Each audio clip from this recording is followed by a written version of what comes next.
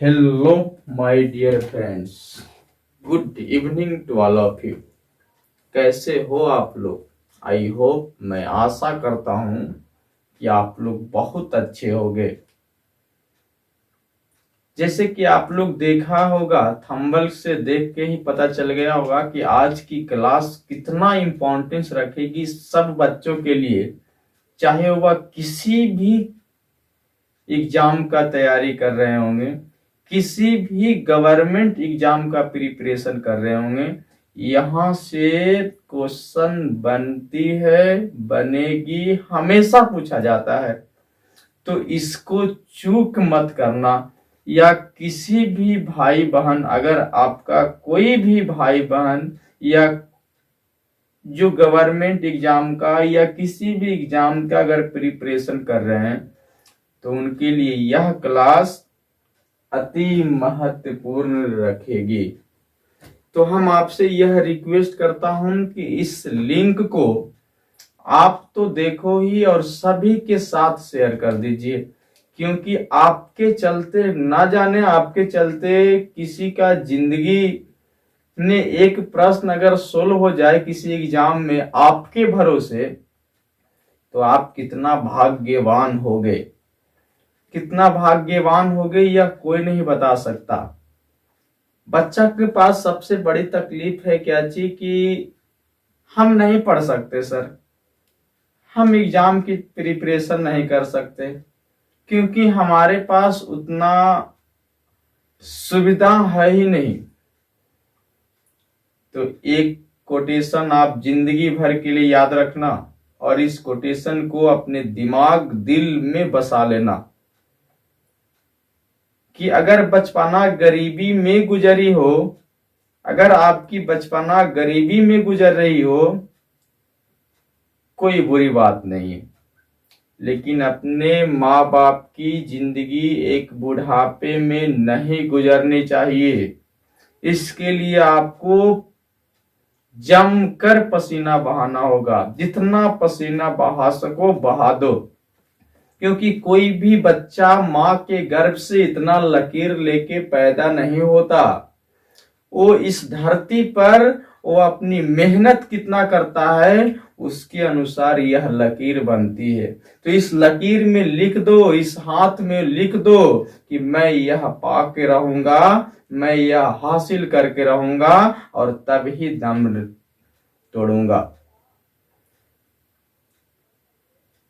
पानी से नहाने से सिर्फ निवास बदलता है छोटे, लेकिन जो पसीना से नहाता है, जो पसीने से मुलाकात करता है, वह इतिहास रचता है।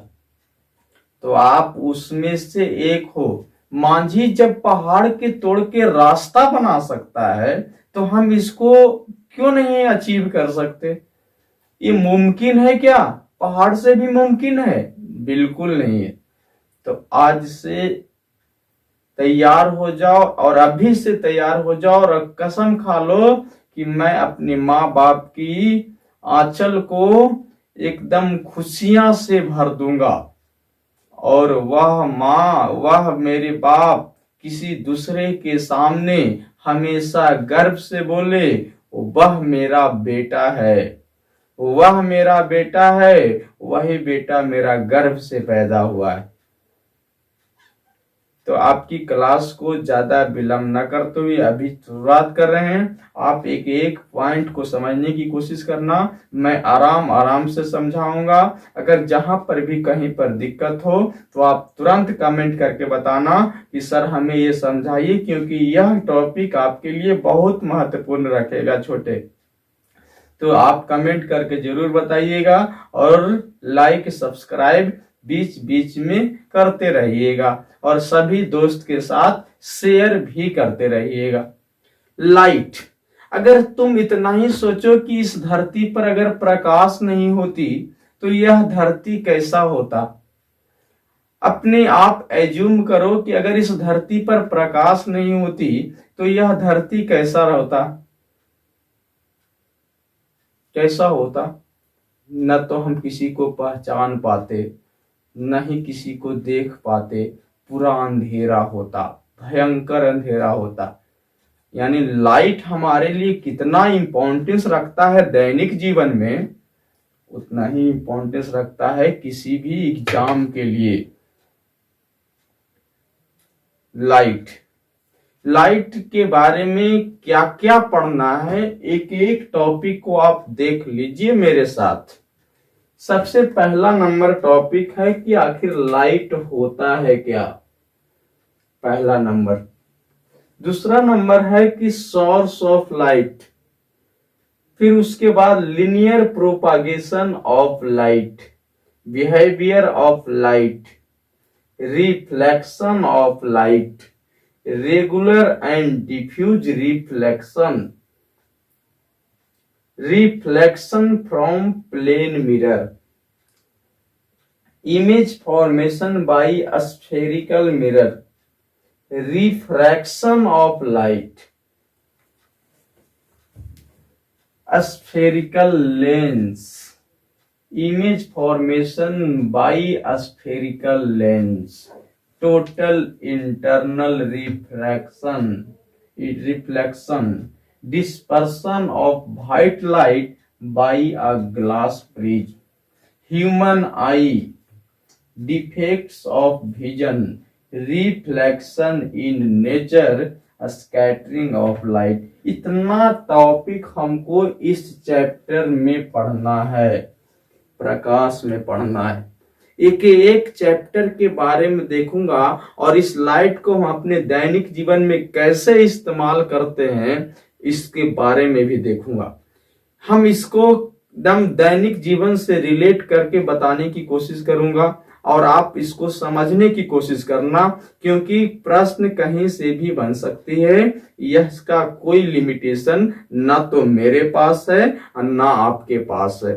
इसका कोई और छोर मुझे भी मालूम नहीं है, क्योंकि प्रश्न पूछने वाला मेरा मामा नहीं है, मेरे मामा जी नहीं है कि वह मुझसे कह देंगे बेटा मैं यहां से प्रश्न पूछने वाला हूं। सबसे बड़ा दुश्मन मेरा वही होता है जो प्रश्न बनाता है, और हमारी लड़ाई उस परीक्षा से नहीं, हमारी लड़ाई उस परीक्षा में जो प्रश्न बनाया था उससे है।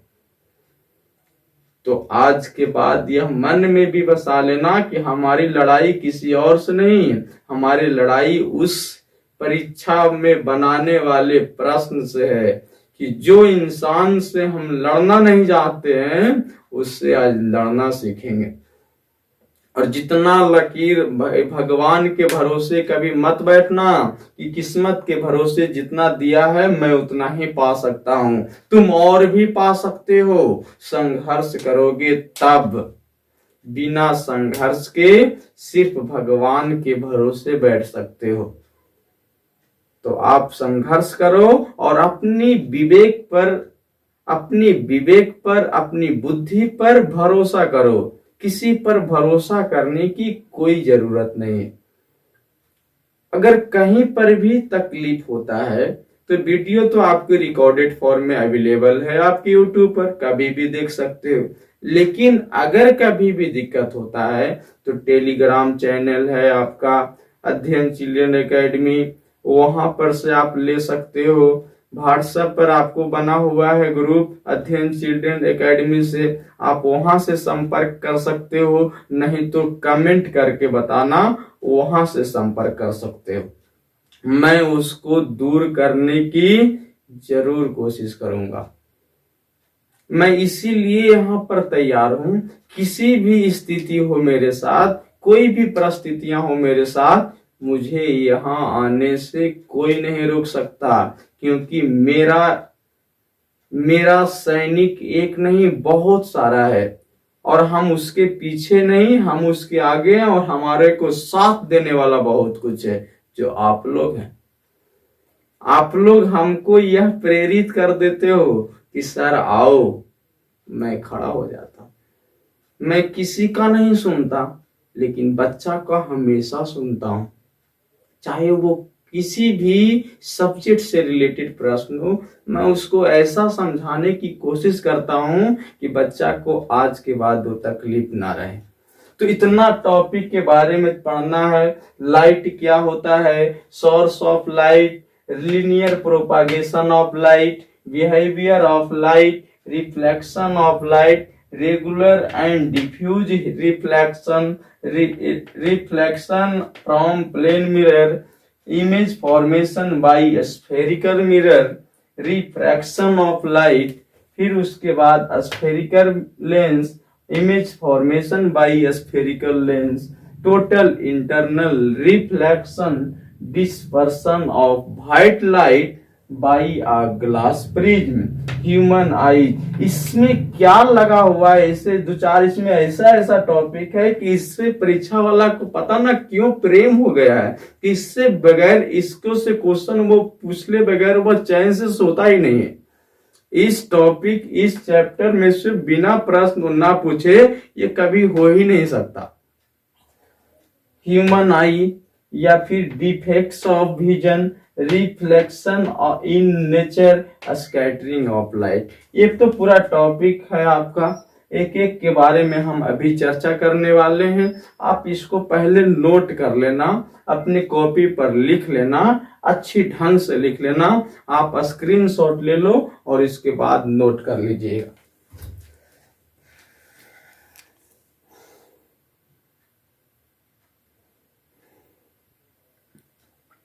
आई होप, मैं आशा करता हूं आप लोग स्क्रीनशॉट ले लिए होंगे। अब देखिए, अब आती है मजेदार कहानी जहां से आपको लगती थी डर, अब आज के बाद डर नहीं लगेगी। आप अगर ईमानदारी पूर्वक अगर देख रहे हो, डर लगने वाली नहीं है। लाइट, सबसे पहला टॉपिक था हमारा लाइट। लाइट के बगैर अभी बताए कि हम इस धरती पर ना तो किसी को देख सकते हैं, पहचान सकते हैं, नहीं बातचीत कर सकते हैं, चल सकते हैं, कुछ भी नहीं कर सकते। Nothing is possible when light is not available on the earth. तो लाइट का सबसे पहला काम तो वही चीज, light is a form of energy. जैसे ही लाइट जलता है तो हमको शक्ति मिल जाती है, लगता है कि हाँ अब कुछ कर सकता हूं। लेकिन जब तक लाइट नहीं होता, एक बलवान व्यक्ति भी अंधेरा में ऐसे से करके चलता है, ऐसे से टो के चलता है, क्योंकि उसको कुछ पता ही नहीं चलता। अब पता ही नहीं चलता तो शक्ति सब खत्म हो जाती है। तो light is a form of energy, और वह कैसा एनर्जी होती है, ऑप्टिकल एनर्जी। याद रखना, लाइट एक ऊर्जा का स्रोत होता है, लाइट एक ऊर्जा का माध्यम होता है, और वह कैसी ऊर्जा होती है, ऑप्टिकल एनर्जी होता है।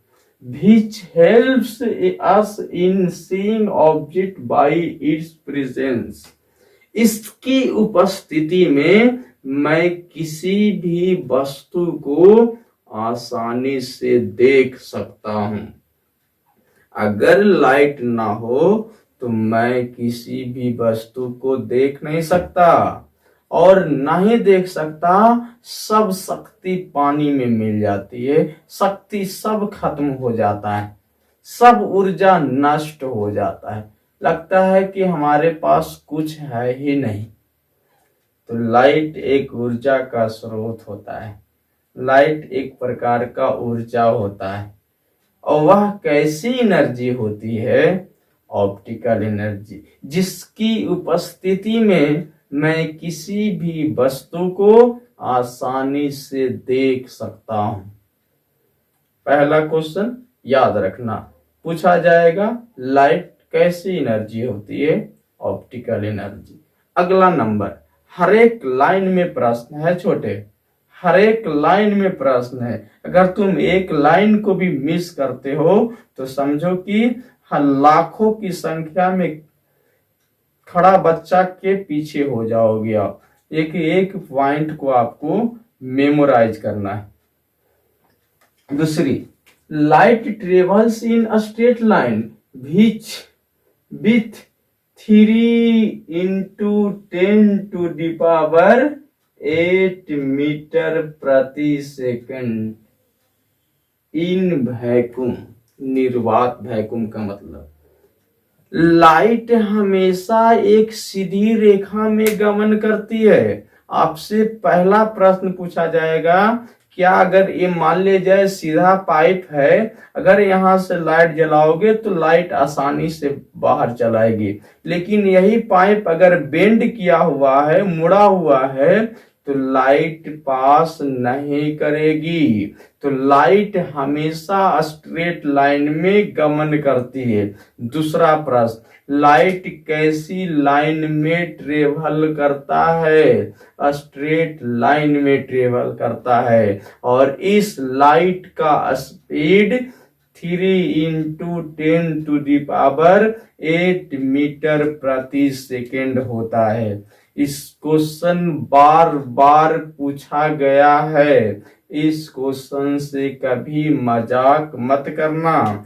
लाइट की स्पीड 3 × 10⁸ मीटर पर सेकेंड, याद रखना 3 × 10⁸ मीटर पर सेकेंड। लेकिन यह कहां पर होता है? सबसे बड़ी बात, तो यह वैक्यूम में होता है, निर्वात में होता है। तो लाइट का स्पीड वैक्यूम में एसएससी की एग्जाम में कितना बार पूछा है ये प्रश्न? एसएससी की एग्जाम में, यहां तक कि बिहार का जो सर्वोच्च एग्जाम होता है बीपीएससी, वहां पर भी ये प्रश्न पूछ चुकी है। पता नहीं इससे एग्जामिनर को कौन सी प्रेम हो गया है, कौन सी नशा हो गई है, वो मैं नहीं जानता हूं। तो ये याद रखना आप, मैट्रिक एग्जाम में भी बहुते बार पूछा गया प्रश्न है, बहुते बार पूछा है ये क्वेश्चन कि प्रकाश का निर्वात में चाल कितनी होती है? 3 × 10⁸ मीटर पर सेकेंड। दूसरी लाइन। तीसरी, the velocity of light changes when it's travel from one medium to another। जाहिर सी बात है कि अब हम हवा में लाइट को जला रहे हैं, उसका स्पीड, और हम पानी में लाइट को जलाए, जल में जलाए, उसका स्पीड अलग होगा। अरे जितना तेज से हवा में भागेगी या फिर पानी में भाग सकता है, लाइट का स्पीड चल सकती है, चाल चल सकता है, या वेग इसको बोले, वेलोसिटी को वेग बोलते हैं। तो क्या इसका मीडियम एक जैसा अगर ना मिले, एक माध्यम ना मिले, तो सभी मीडियम में इसका वेलोसिटी समान नहीं होता। तो याद रखना कि अगर प्रकाश एक मीडियम से दूसरी मीडियम में जाती है तो इसका वेलोसिटी चेंज कर जाता है। तो आपसे पूछा जाएगा कि प्रकाश का वेलोसिटी कब चेंज करता है? तो प्रकाश का वेलोसिटी एक मीडियम से दूसरे मीडियम में जाने पर इसका वेलोसिटी चेंज कर जाता है।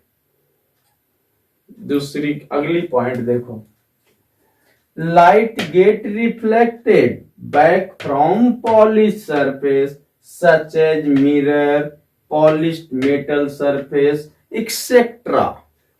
कहता है कि लाइट जो है वह पुनः वापस आ जाती है, रिफ्लेक्ट कर जाती है। जब आप किसी पॉलिश सरफेस पर लाइट को जलाओगे तो उस स्थिति में वह लाइट पुनः वापस आ जाती है।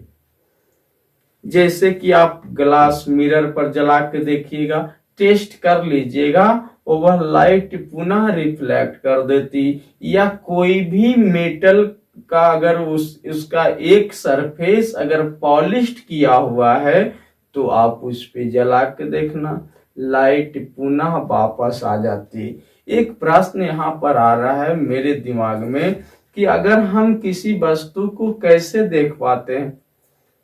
क्या लाइट हो गया तो हम वस्तु को आसानी से देख लेंगे? हाँ, लाइट है तो हम अपनी आंख पर जलाएंगे तो क्या कोई वस्तु दिखाई दे देगा? नहीं।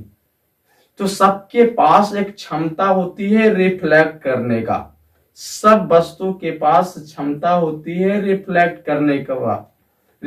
करने का। जैसे हम जब भेन पढ़ा रहा था तो उस समय बताया था कि इसका कलर ब्लू क्यों होता है। उस समय मैंने इस प्रश्न की चर्चा किया था कि आखिर इस भेन का रंग ब्लू ही क्यों होता, आर्टरी का रंग ब्लू क्यों नहीं होता, इसका चर्चा मैंने किया था। तो याद रखना, आज के बाद कभी भी मत भूलना कि जब हमको किसी भी वस्तु को देखना होता है तो सबसे पहले हम टॉर्च को उस वस्तु पर जलाते हैं और वह प्रकाश उस वस्तु पर पड़ती है और वह वस्तु लाइट को पुनः रिफ्लेक्ट कर देता और वह रिफ्लेक्टेड लाइट हमारी आंखों तक पहुंचती है, तब हम उस वस्तु को आसानी से देख पाते हैं। सबसे पहले हम लाइट को उस वस्तु पर जलाते हैं और वस्तु पर लाइट जाती है और वह लाइट पुनः रिफ्लेक्ट करता और वह रिफ्लेक्टेड लाइट जो हमारी आंखों तक आती है और हम उस वस्तु को आसानी से देख पाते हैं। तो आपको रीजन तो समझ में आ गई होगी। अगला point, right light undergoes refraction bending when it travels from one transparent medium to another. कहता है कि लाइट को अगर हम बेंड करना चाहें, light undergoes refraction when it travel from one transparent medium to another. अगर हम एक मीडियम से अनदर में, ट्रांसपेरेंट क्या होता है अभी इसके आगे चर्चा करूंगा। जब हम ट्रांसपेरेंट का एक मीडियम से दूसरे मीडियम में हम जब लाइट को भेजते हैं, जैसे लाइट यहाँ पर ये ट्रांसपेरेंट ऑब्जेक्ट है, यहाँ पर हम इस प्रकार से लाइट को भेजा तो इसको तो इधर जाना चाहिए, वो लाइट नहीं जाता, वह पुनः इस प्रकार से बेंड हो जाती है, इस प्रकार से चौराहा था तो इसको इधर जाना चाहिए था लेकिन वह इस प्रकार से बेंड हो जाती है, मुड़ जाती है। तो ये किसका कारण है? रिफ्रैक्शन का कारण है। अब रिफ्रैक्शन क्या होता है और रिफ्लेक्शन क्या होता है आगे चर्चा करूंगा। टॉपिक है रिफ्लेक्शन ऑफ लाइट और रिफ्रैक्शन ऑफ लाइट, दोनों का चर्चा करूंगा। एक का मतलब रिफ्लेक्शन का मतलब परावर्तन और रिफ्रैक्शन का मतलब अपवर्तन, ये दोनों का चर्चा करूंगा। यानी कि ट्रांसपेरेंट मीडियम में एक मीडियम से अगर दूसरे मीडियम में इसका लाइट बेंड कर जाता है ड्यू टू रिफ्रैक्शन के कारण। ये पांचों पॉइंट कतई जहर है, इतना जहर है अपने आप में कि अगर आप इसको अनदेखा कर दिया तो समझ लो कि आपको सीधा सीना पर गोली मारेगा। एक भी पॉइंट को अगर अनदेखा किया तो सीधा सीना पर मारेगा और सीना पर मारेगा तो छेद भी नहीं होगा, वह ऐसा दर्द होगा कि जिंदगी भर तक रहेगा। जिंदगी भर तक ना तो किसी दवा से ठीक होने वाला है ना किसी डॉक्टर से ठीक होने वाला है। तो इसको याद करने में ही फायदा है। आप इसको सबसे पहले एक सुंदर सा स्क्रीनशॉट लो और उसके बाद आप कॉपी में नोट कीजिए, फिर इसके बाद आगे चर्चा करता हूं।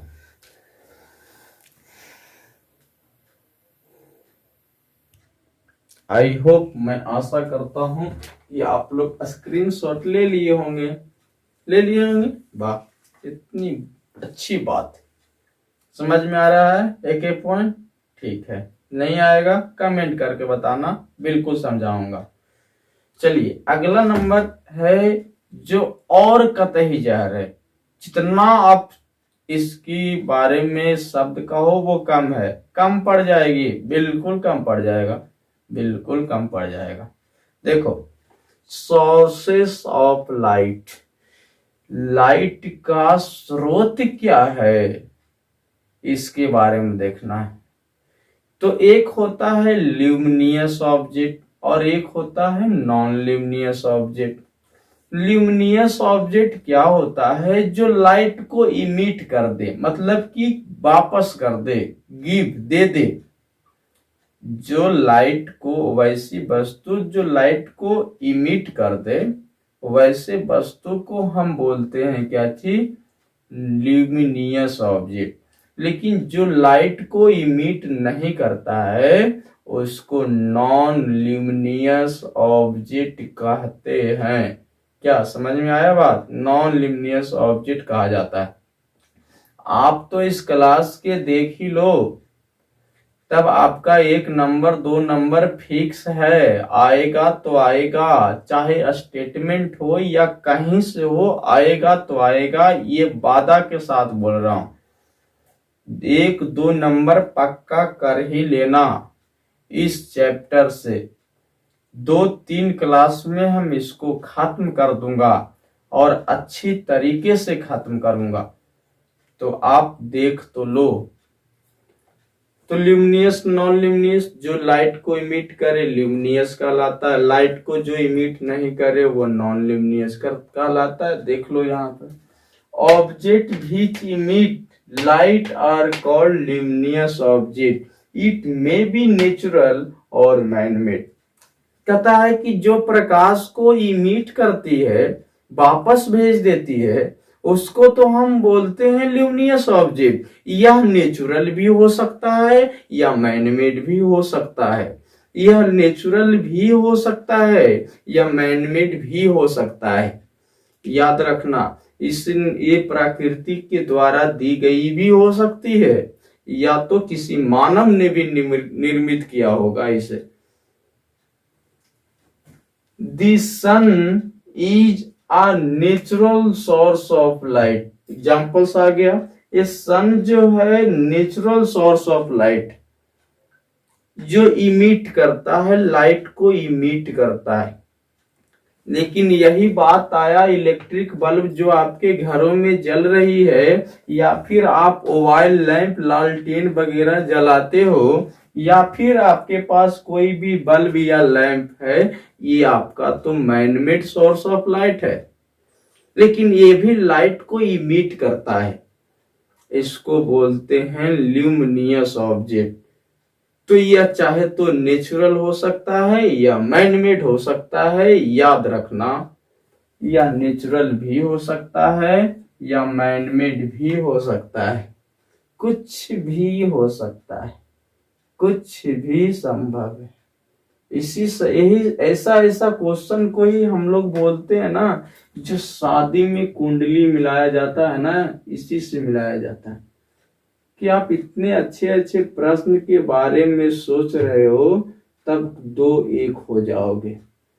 2 को 1 करना है तो आपको थिंकिंग स्किल को तेज करना होगा, क्योंकि पहले तो अपने आप जी रहा था, अकेले जी रहा था, किसी के भरोसे कुछ खाओ, कुछ बुड़ा दो, कुछ कर दो, कोई मतलब नहीं।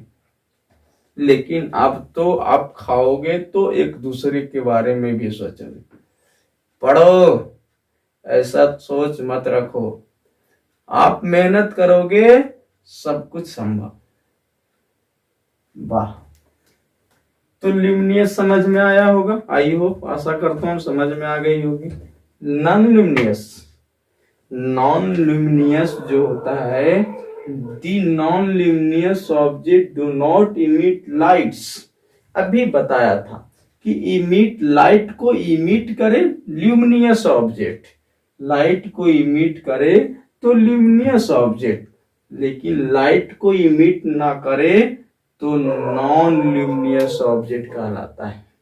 जैसे सम ऑब्जेक्ट बिकम्स विजुअल, कुछ ऐसे वस्तु होते हैं जो देखने योग्य होते हैं, विजुअल होता है, due to the reflection of light. क्यों देखने योग्य होते हैं? क्योंकि वह प्रकाश को रिफ्लेक्ट कर देता है, इसलिए हम उसको देख सकते हैं, देखने योग्य होता है। कारण, तो कारण है इसका रिफ्लेक्शन ऑफ लाइट का।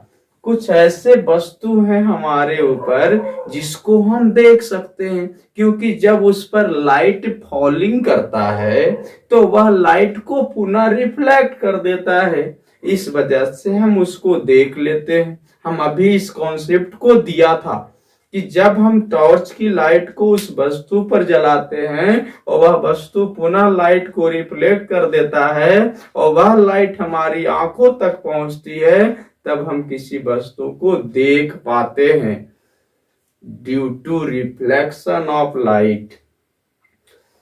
तो कुछ ऐसे वस्तु होते हैं जो देखने योग्य होता है, जिसको हम लोग नॉन ल्यूमिनियस ऑब्जेक्ट कहते हैं। जो लाइट को इमिट ना करे तो नॉन ल्यूमिनियस ऑब्जेक्ट, लाइट को इमिट करे तो ल्यूमिनियस ऑब्जेक्ट। सबसे बढ़िया एग्जाम्पल, सबसे बेहतरीन एग्जाम्पल और सबसे जहर एग्जाम्पल मून। मून लाइट को इमिट नहीं करता, moon does not emit light, moon light को इमिट नहीं करता। यहाँ पर इम्पोर्टेंट लगा लेना, यह भी आई है, जितना भी हम बोले उतना कम पड़ जाएगा। मून लाइट को इमिट नहीं करता, इट बिकम्स विजिबल, लेकिन फिर भी हम देख सकते हैं। ये लाइट को इमिट नहीं करता लेकिन फिर भी देख सकते हैं, due to reflection of light, due to reflection of sunlight falling on it. क्यों देख सकते हैं सर, हमें यह जवाब बताओ।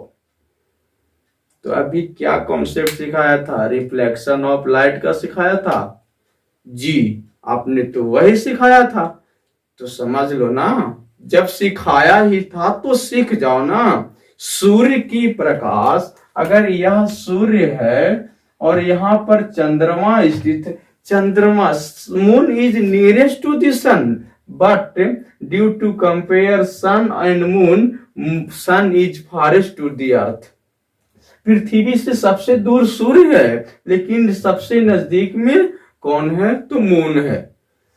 तो जब सूर्य की लाइट इस पर फॉल करता है, इस पर पड़ती है, तो यह चंद्रमा जो है, यह चंद्रमा लाइट को रिफ्लेक्ट करता, और इसकी वजह से हम इस मून को देख पाते हैं। मून के पास कोई अपना लाइट भी नहीं होता है, मून के पास, चंदा मामा के पास कोई अपना प्रकाश भी नहीं होती। चंद्रमा किसकी उपस्थिति में दिखाई देता है, तो सन की उपस्थिति में दिखाई देता है, जलता है, सन की उपस्थिति में जलता है। तो आज के बाद इसके पास लगा दिया है, मून कभी भी अपने लाइट, मून लाइट कभी नहीं इमिट करती। ये तब देखने योग्य कैसे होता है, क्योंकि सनलाइट की प्रकाश इस पर फॉल करती है और इसके बाद यह लाइट को पुनः रिफ्लेक्ट कर देता और हमारी आंखों तक चली आती और हम आसानी से देख लेते, चंदा मामा आ गई। समझ गया? तो इसमें भी एक एक पॉइंट को तारा लगा लेना, भी आई लगा लेना, छोड़ दोगे इस कुंडली से दूर चले जाओगे। इस कुंडली को बनाए रखना चाहते हो, एक तराजू में बंधे रखना चाहते हो, याद रखना कहीं से भी क्वेश्चन पूछी जा सकती। तो आप इसको एक सुंदर सा स्क्रीनशॉट लो, फिर बात करते हैं आगे।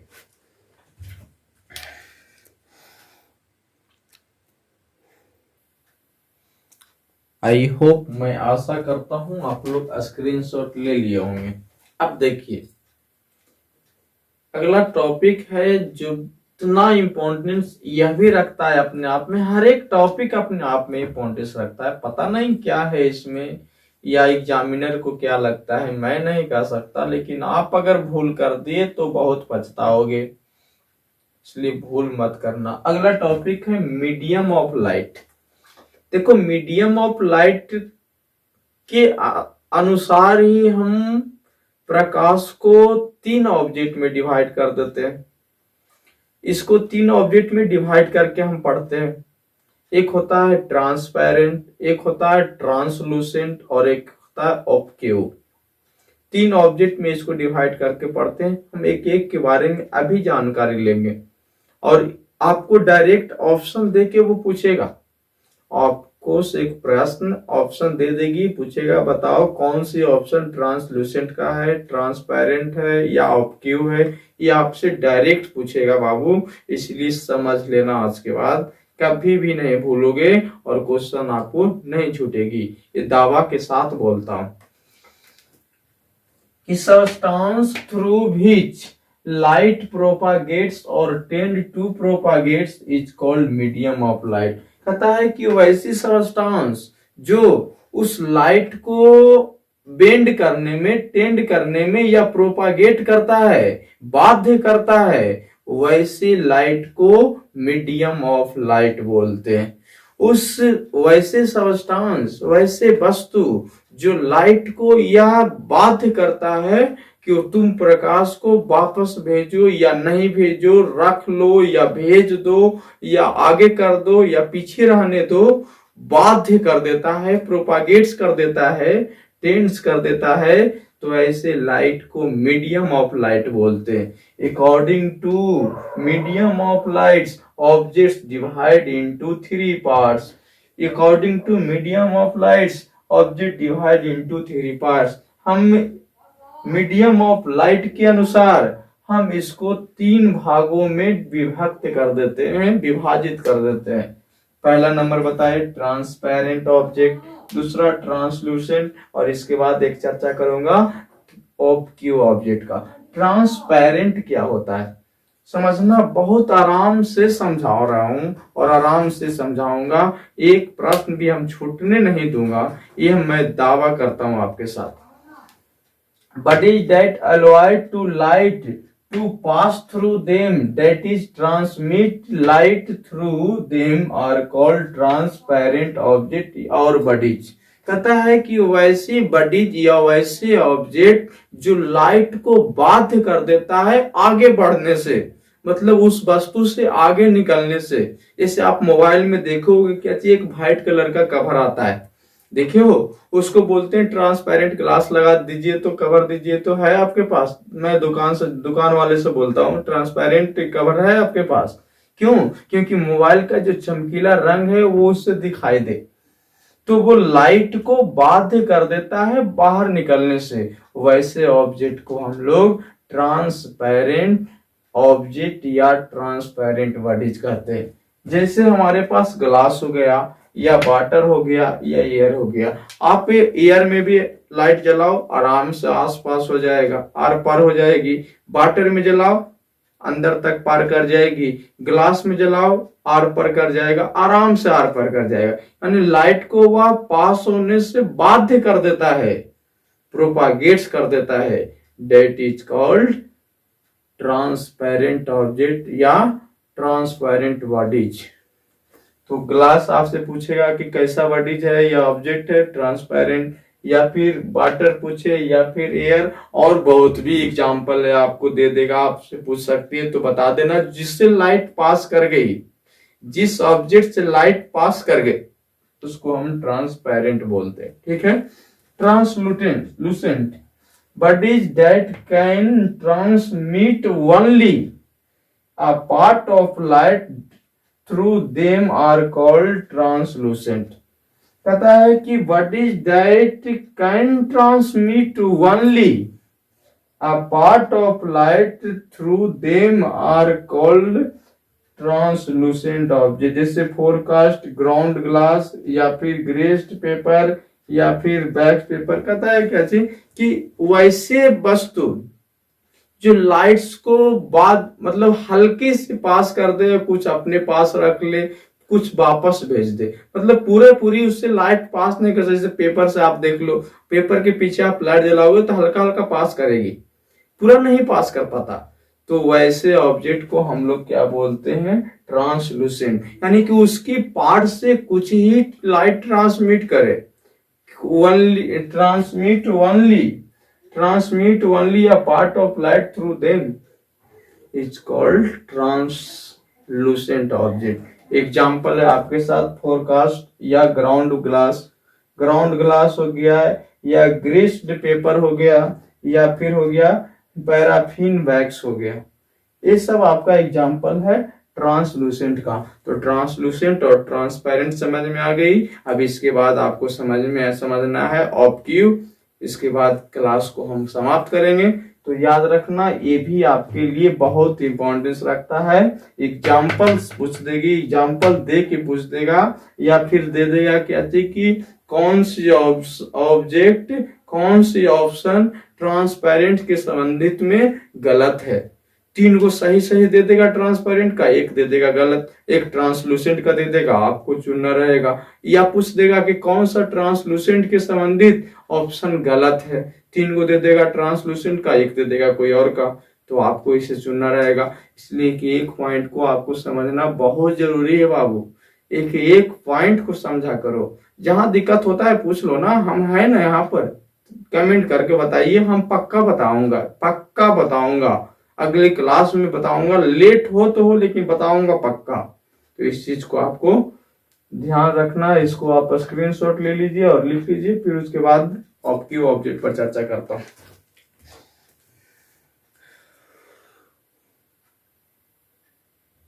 आई होप, मैं आशा करता हूं कि आप लोग स्क्रीनशॉट ले लिए होंगे। देखिए तीसरा नंबर है ऑब्क्यू object bodies that do not allow light to pass through them at all are said to be obscure object। कहा जाता है क्या चीज कि वैसे वस्तु या वैसे ऑब्जेक्ट जो या वैसा बॉडी जिससे लाइट बिल्कुल नहीं पास करती। एक से कुछ पास किया हल्का, ट्रांसलूसेंट। एक से बिल्कुल पास कर गया, ट्रांसपेरेंट। लेकिन जिससे बिल्कुल भी नहीं पास करेगा, वह बॉडी एलॉय ही उसको नहीं करता लाइट पास करने से, ऑब्क्यू ऑब्जेक्ट कहलाता है। ठीक, ऑब्क्यू ऑब्जेक्ट कहलाता है। जैसे चेयर से क्या लाइट गुजर सकती है? नहीं गुजर सकता। या फिर हो गया डेस्क, क्या डेस्क से लाइट गुजर सकती है? नहीं गुजर सकता। चौक हो गया, या फिर आप ले लो दीवार बाल हो गया। बहुत सारा ऐसा एग्जाम्पल है जिससे लाइट गुजर ही नहीं सकता, उसको ऑब्क्यू ऑब्जेक्ट कहते हैं। तो मीडियम ऑफ लाइट भी देख लिया, सोर्स ऑफ लाइट भी देख लिया, लाइट भी देख लिया। 3 टॉपिक तो कवर कर लिया। अगले दिन की क्लास में हम फिर नए टॉपिक शुरुआत करेंगे और उसकी चर्चा करूंगा।